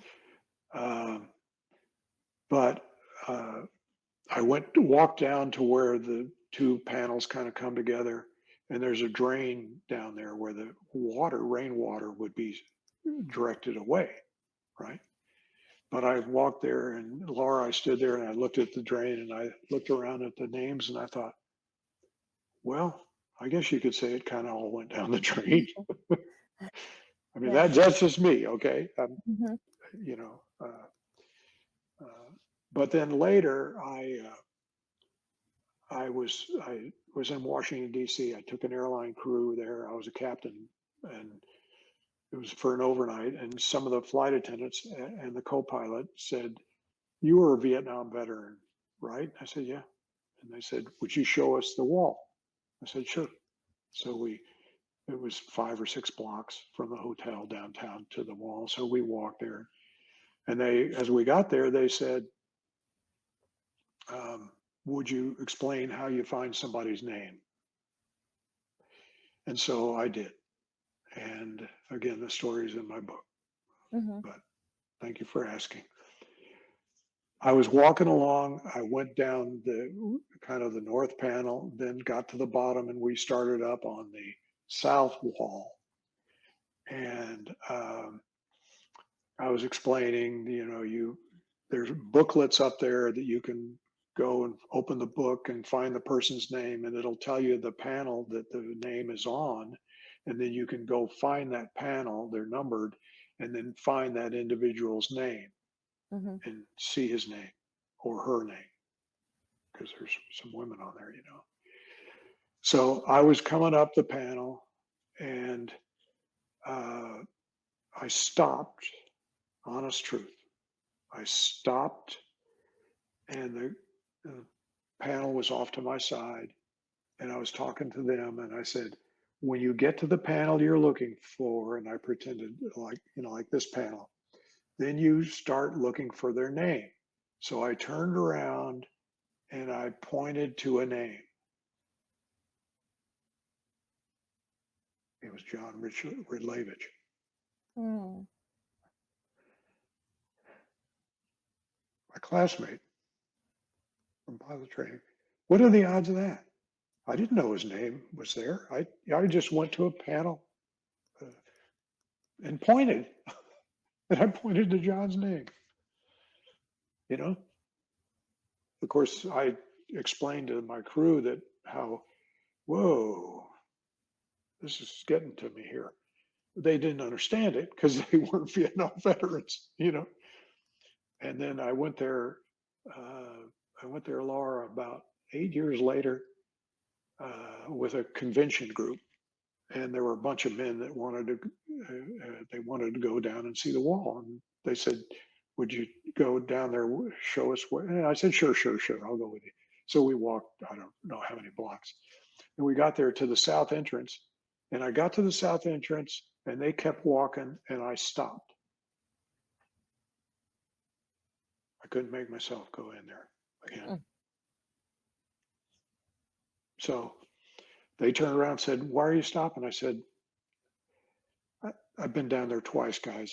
That's enough, you know. And so I waited up there, and they went down and looked around, and they came back up, and then we left and everything. Mm. So I'm trying.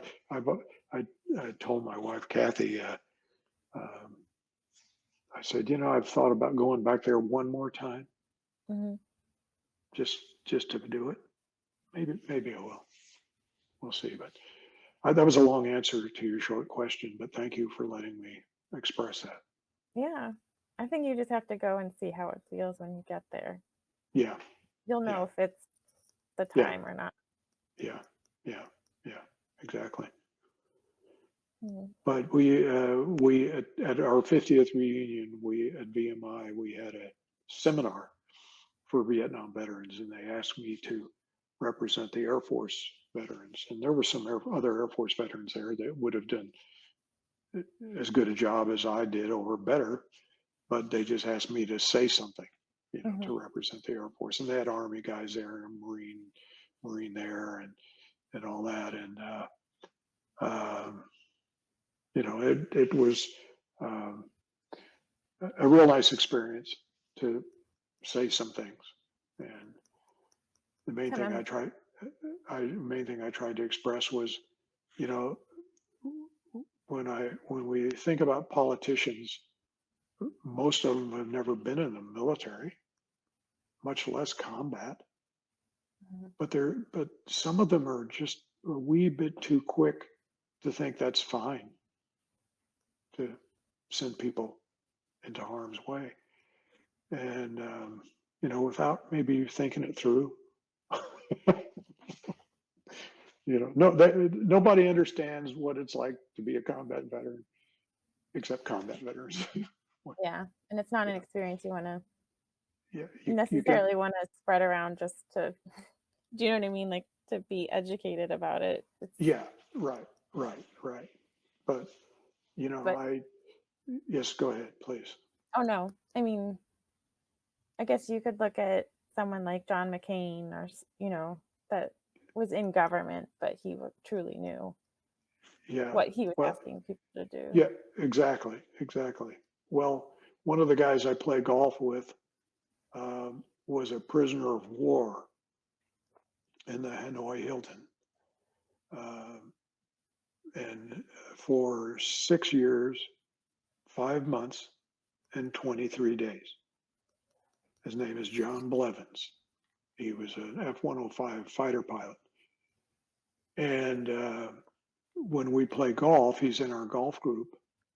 Uh, I always offer to drive his golf cart for him.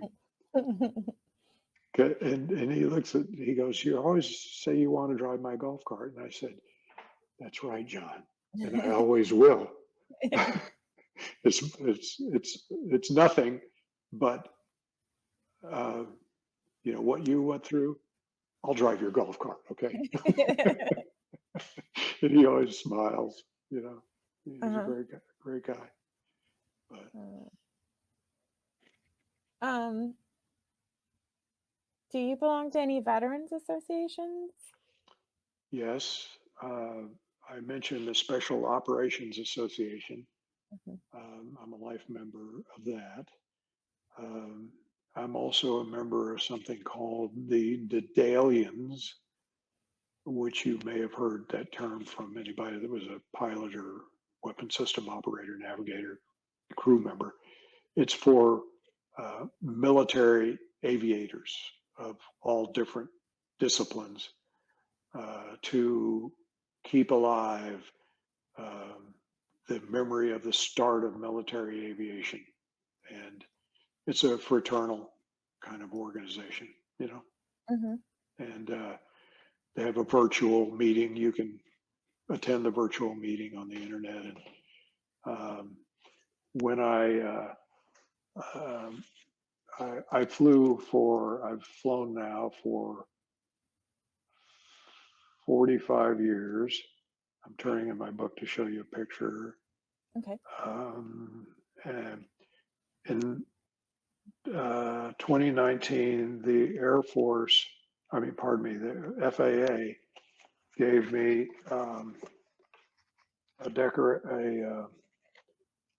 an award called the FAA Master Pilot Award. Oh, That's the certificate right there. is that the And brothers, the Wright that's the brothers? Wright brothers. Yeah. Uh-huh. Yeah. They didn't sign it, but uh, and it was presented to me at the Dalian headquarters by a fellow named Newman, Mhm. Ryan Newman, who's an FAA representative, retired Army helicopter pilot. But there's the little award deal, and Mhm. I've got it up on the wall over here. Um, when you used to be a pilot, you you have a room that's got all your memorabilia on it and models and all this kind of stuff. See airplanes all over the place, and Uh-huh. um, I've flown 34 different airplane variants. I've flown to 52 countries across the Atlantic, the Pacific, um, Arabian Sea, a lot, Mediterranean. And I just love flying, always have. It was what I wanted to do when I was a 9-year-old boy, and I got to do it. I persisted. There were some times where it was touch and go. Um, when the airlines merged, it was really tough. I got demoted, my pay was cut. Um, that's what happens when airlines merge. Mhm. Uh, I put stories in my book about that, but you know, it's. But when I retired from the airline, Continental Airlines I was with People Express. We were bought out by Continental, and we had to sue them to get our seniority. Uh, and we won the suit, And but when I retired, I was a senior check airman in the flight department, and Continental was the best in the business when I retired in '07, whenever that was. So so it kinda worked out, I guess. It did work out, yeah. When the two airlines merged, it was kind of awkward. A Mhm. lot of the guys got mad because they were captains and all of a sudden they were co-pilots and their pay was cut. Um, and a lot of them quit and went to other airlines. And those airlines later folded, Yeah. and who knows where they ended up. But I just decided I was going to stay with Continental and fly into the sunset with them. And so I retired there. And and then I got offered a job flying for a sheikh over in Jeddah, Saudi Arabia, and did that for almost 3 years, all over Africa and Europe, Middle East, of course, you name it. From South Africa over to Senegal and Egypt and all over Europe, all the countries in the Middle East, Kuwait, Dubai, Qatar, uh, Bahrain, Egypt, you know, but it was a hoot. And Mhm. I put stories in my book about that too. I'm glad I wrote it. It felt good to put that all those details down. So that and my oldest son, my boys are Nathan, Aaron, David, and Daniel. And my oldest son Nate, after he read the book, he said, "Dad, I really enjoyed your book. Aw. Really enjoyed it," which is the nicest thing he could say. You know, Mm. and I'm sure the other guys feel the same way about it. Um, and my three stepsons, uh, they've got copies too, and have done the same thing. And that's why I call them all the Magnificent Seven. Well, let's talk about some things like how did you keep in touch with your family while you were in country? Good question. Back then, of course, needless to say, there was no internet. There were no cell phones. They had something called a Mars radio, MARS. I think that stood for Military Affiliates Radio System, Uh-huh. Mars. And it was Senator Barry Goldwater was behind this and funded it. But the way it worked was I would go down to a comm shack at Playco Air Base, and I'd have an appointment. They'd say, come in Monday at 2 in the afternoon or something like that. They would give me a time that was kind of a normal time back in the States, but maybe an odd time in Vietnam. So I Mhm. wasn't calling my family at 3 a.m. US time. But I would get on the radio. They would get me on the radio, and I had a headset on and a little, hand mic. And they would, while the radio signal was connected, beaming across the planet to the US, they would call either my wife's number or my parents' number, and they would answer. And the guy would say to, like, my mother, he'd say, "Mrs. Kurz, now when I stop talking, don't you say anything. You'll hear your son say hello. And then when he's ready for you to say something back, he'll say over. And then you can talk, and when you're done talking, you say over. And every time either one of you says over, I'll switch the signal Back and from forth. back and forth. Right. So I would get on there and I would go, "Hi, Mom and Dad. It's me. I'm doing fine over here. And it's great to be able to talk to you." Over. And then there would be silence because they, Understand. they didn't understand. So the guy would say, "Ma'am, you need to start talking. You have the line now." And so she would talk for a while, and then she would not say over. And my dad was there. He was a radio guy, so he really understood it all. So he helped her get in the rhythm of it. But I did that several times, uh, Mhm. where I could talk to them, and they also let me go home. Um, they gave me a leave of a week, and I flew back to the U.S. and Did you? Because a lot of people, it seems like they took R&R in Hawaii. So did you and Yes. you just decided to go home? Well, no, I had two chances. One I went, I met my wife in uh, Honolulu, and we stayed there for, I don't know, 4 or 5 days. There was a guy I knew, an officer in the 25th Infantry, that he was renting a kind of a bungalow on the North Shore. And so he said, here's my car keys, stay in my place, have a good week. And then he took off. Wasn't that nice? I mean, That was very nice. I didn't even know I was going to run into him.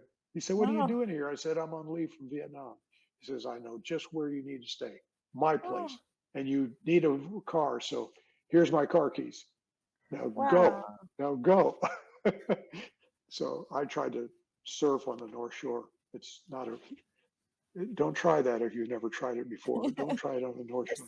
Not beginner waves. Yeah. The coral is real close to under you can see the coral about 10 inches down as you're going along and you're thinking, if I fall off, I'm gonna I'm really bash. going to get, I'm going to really get cut up bad. Yeah. But so I went to Honolulu at about the 5 month point, and then at about the eighth month point, they let me fly back to D.C., Washington D.C., Virginia. My parents were in Fairfax, and my wife was staying with her parents at Fort McNair Army Post in D.C. Mhm. So I got to come back and see them for a week. But it's weird to, you're Switch. back. All of a sudden, about the time you get there, you're thinking about I've got to go back.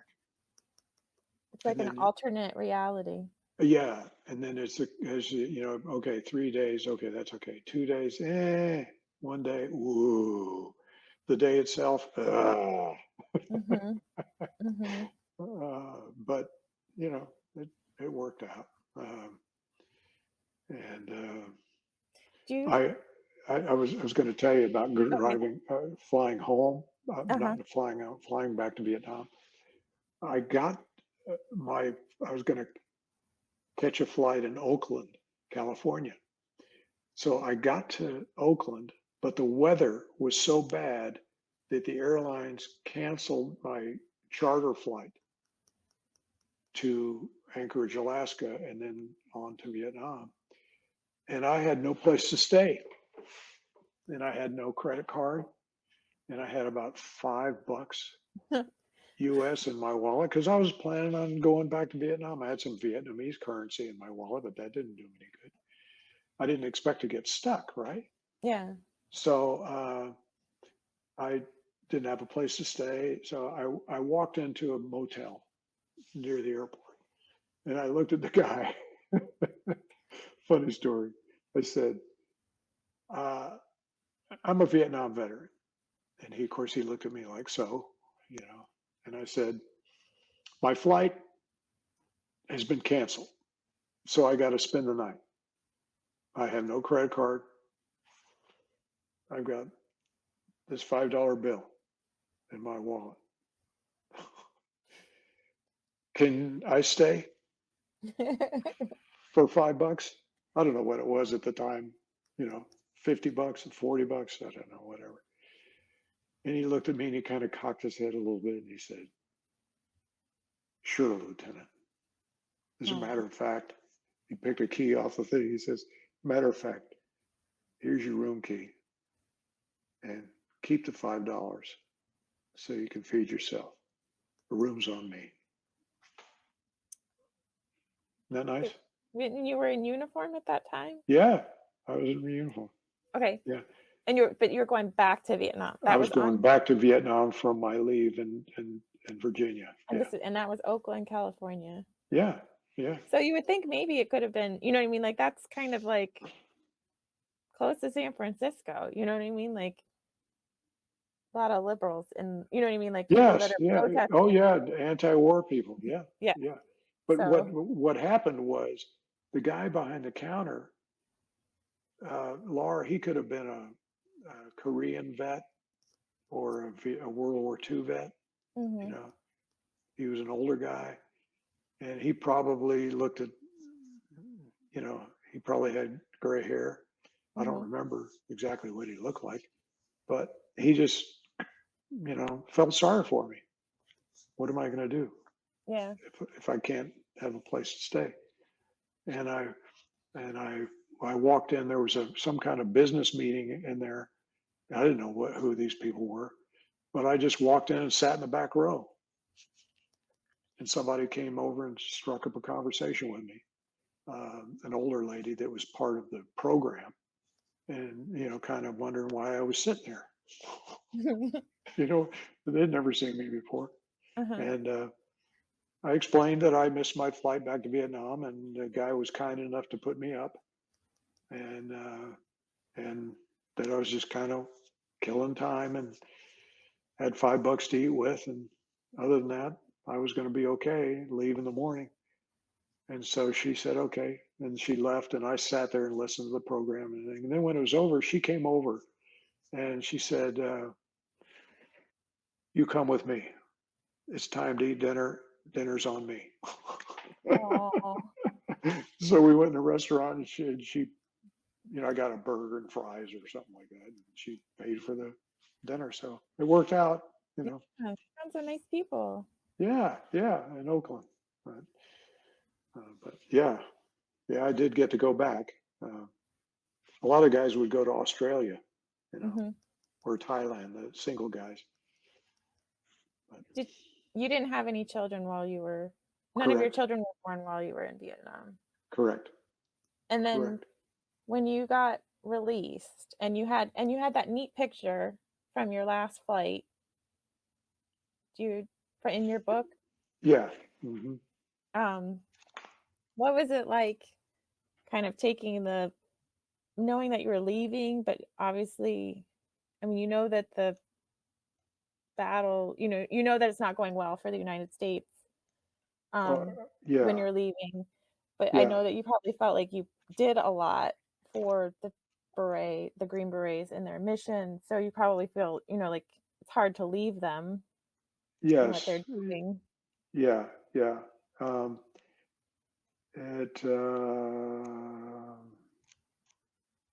anyway, let me see here. Yeah, okay. Um, yes. Again, excellent question. I can tell you've done this before.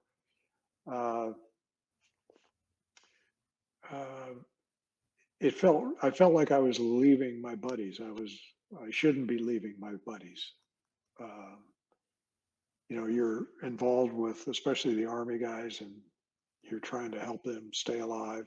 I'm not trying to sound melodramatic, but that's what was my job. Uh, but I was just going back to peace, and the good old US of A, and no more war, no more getting shot at. But I felt like I felt guilty that I was leaving, and um the Vietnamese fighter pilot friend of mine that was at the Vietnamese bar. They had a Vietnamese bar and officers bar, and then they had the American bar. But I would go hang out with this guy.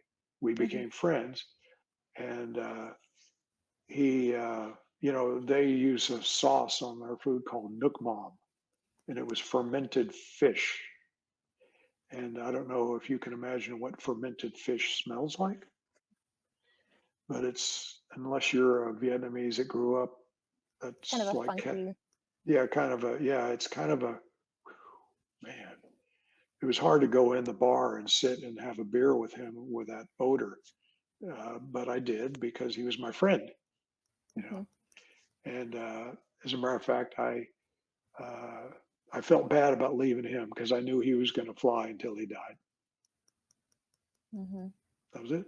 Or if he was alive and they captured him, they would kill him because Yeah, and he was a pilot that had killed them.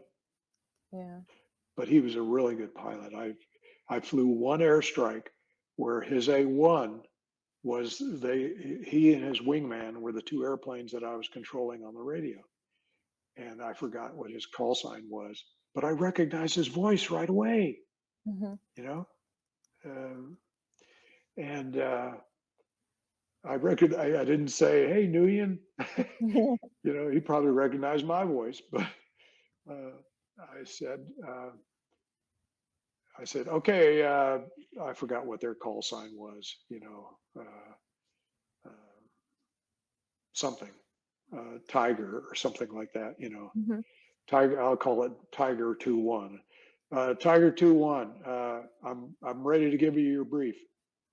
And here's what he said back to me. And in the bar, he had gone to Harvard or someplace like that. He had perfect English, Uh-huh. perfect. Uh, but on the radio that day, I said, "Are you ready for the briefing?" And he said, "I'll try to mimic him." He said, "Oh, copy, copy. No briefing, no briefing. Just where you want bomb." He said, "No briefing, no briefing. Just I want to know where you want the bomb." Because he didn't want me to tell him the winds were out of the southwest. He didn't want me to tell him that there was possible ground fire because he knew all this stuff, right? Mhm. So I said, okay, uh, I'm going to mark the target and hit my smoke. So I shot a rocket at the target. The smoke went up, and then I said, "You're cleared hot," and he rolled in. And of course, he was so accurate that the bombs hit right on top of the smoke coming up. It was like that picture right there. Uh-huh. See that my smoke rocket would put out a billow of white smoke against the green jungle. Mhm. And then if I wanted him to hit the smoke, if I was a good shot, and I was a pretty good shot, I'd done a lot of shooting when I was a kid, a lot of shooting, thousands of rounds of ammunition. Uh, but if I wanted him to hit, if my rocket hit the target, I'd say, hit my smoke. And he'd drop his bombs on the target. So I said, okay, hit my smoke, Tiger 2-1. And he just rolled right in, dropped his bombs, and the smoke poof, was gone. And then he went back to base. And I saw him at his O Club at the bar a couple of days later, Laura. And I said, Nguyen, Nguyen. He sounded like this. Hey, Paul, good to see you. you know. So I said, Nguyen, Nguyen, what's with this stuff on the radio about where you want bomb? What was that all about? And he said, perfect reply. He says, I do that on airstrikes because if I miss the target and hit the wrong target, I can always say that I didn't understand English. So I said, very funny, Nguyen. Very funny. Did you How did you feel about the South Vietnamese army and their strengths and weaknesses? Well, I knew this was my opinion, but I felt that they were not going to win the war. I knew that several months into being there, 3 or 4 months into being there. I wanted to think that they would win it, but I just didn't see the commitment. I knew how strong the NVA was in Laos. That's where they brought all their supplies down. Mhm. Uh, there's a book uh, called The Blood Road about the Ho Chi Minh Trail. It was where they had trucks, they had POL pipelines, they had hospitals, they had way stations, they had uh, mess halls and everything, all under the jungle, hidden, camouflaged. They had 50,000 troops out there protecting the Ho Chi Minh Trail. That's not including the people that were moving the supplies, on bicycles and driving trucks and all this kind of stuff. And I just knew the supplies were coming in. I was out one day, another story. In the book.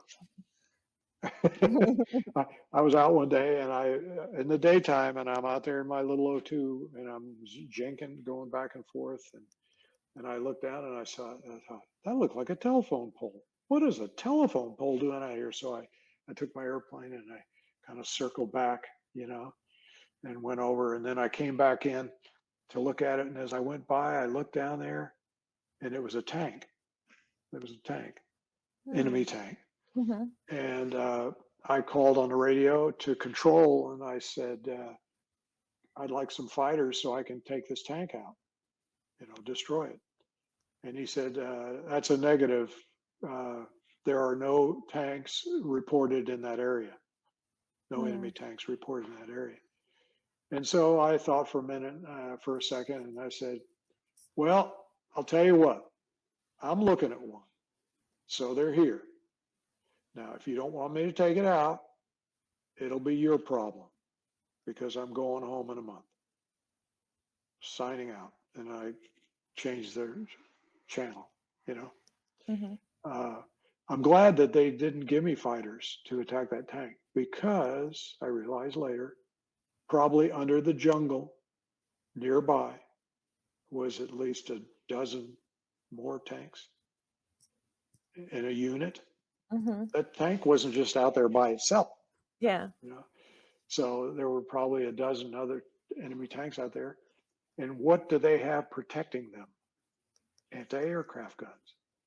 Do they want me to blow up their nice shiny tanks that they're going to invade South Vietnam with 3 months later, 4 months later? Yeah. Do you think they would have shot at me? Mm-hmm. A lot? Uh-huh. Do you think they might have hit me? Yeah. So all I'm saying is they said I couldn't destroy the tank. And I said, okay, that's going to be your problem, bud. I'm going home, you know. But Yeah. I'm glad they didn't give me any fighters Mm. because it could have gotten dicey, you know. So how did you feel about your experiences with the North Vietnamese and their strategies Well, in they were very dedicated. They were passionately dedicated. They were. I wasn't on the ground shooting at them while they're shooting at me. I was in the air looking down, but I was pretty close to what was going on. Um, if there were, I could see the Green Berets running across a jungle opening to get on the helicopter. That's how close I was to them. Mhm. Uh, if they were under fire and they were taking the helicopter, I've seen helicopters panels being shot off the helicopter while I'm overhead, circling around, um, trying to run airstrikes all around them to get them out of there to protect them, you know. Mhm. And but they were tenacious fighters, and the Green Beret teams. There were only 7, 8 of them. Sometimes they were as many as 30 or so. Uh, if if there was a pilot down, they would put in what was called a bright light team. That was an augmented team to try to get the pilot out of there. You know, Mhm. um, but the North Vietnamese were in it to the death, and a lot of them died out there. And but they were tenacious fighters and and I think they knew that they were ultimately going to win because we had pulled all our ground forces out and sent them back home. Mhm. So it was like leave it up to the South Vietnamese army. And it was kind of like everybody was going, is that going to work? Yeah, I don't know. I don't think so. And it didn't work. Yeah, it didn't work. But Yeah. I was there at the end. It was everything was being drawn down. You know, you could tell. After I left and went home, some of my buddies that stayed until the spring offensive of March of '72, they closed down the unit at Pleiku and they had those guys fly out of Da Nang, which was a couple of hours north along the coast. Um, and they took the facts out of Thailand and brought them over to Da Nang. Mhm. So they were kind of withdrawing and they were turning over like some of the O-1 FAC airplanes they gave to the South Vietnamese Air Force. Um, you know, they they were slowly withdrawing. And then, of course, the spring offensive of 72, that's when Nixon decided, okay, you're making me do this, Hanoi, but I'm going to bomb. I'm going to bomb you.